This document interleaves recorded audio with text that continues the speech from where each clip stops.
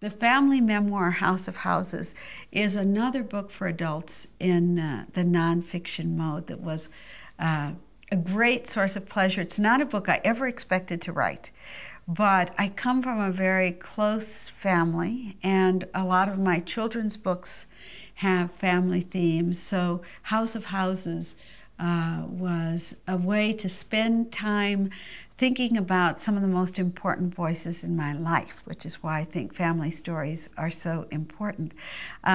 It's fun to point out that the children's book, The Rainbow Tulip, actually began in House of Houses.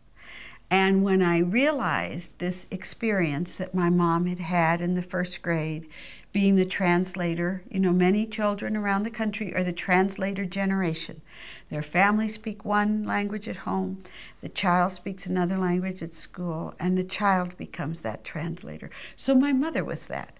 And had I not written House of Houses, I would never have heard that story about the May Parade and, you know, her experience.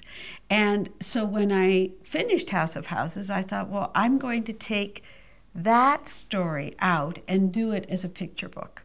And I may do that with some of the stories about my dad, who was also quite a character. And I think it would give me a lot of pleasure to do some of the books about him. I've also written 5 poetry collections for adults. Probably students always say, well, which is your favorite form? And I always say to them, well, poetry is my favorite form.